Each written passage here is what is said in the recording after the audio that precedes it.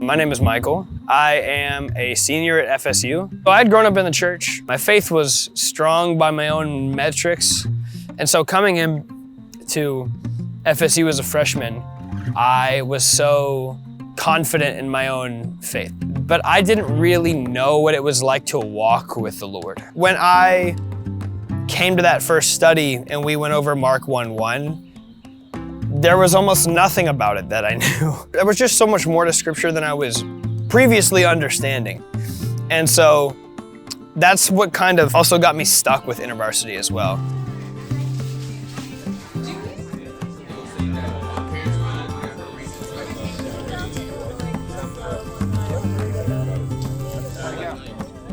I had fallen into a lot of different types of sin. I had entered into a relationship that the Lord told me not to enter into.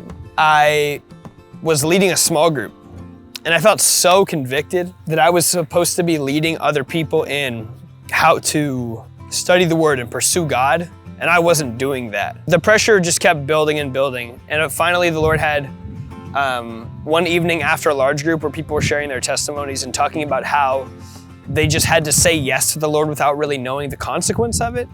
I was sitting there praying.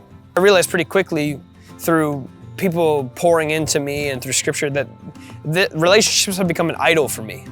And I really needed to let it go. I needed to give it to the Lord and receive Him and Him alone. I would be walking around campus asking the Lord questions about what does it mean to have the fear of the Lord? What does it mean to keep walking in this faithfully? What does it mean to know that I heard you clearly the first time?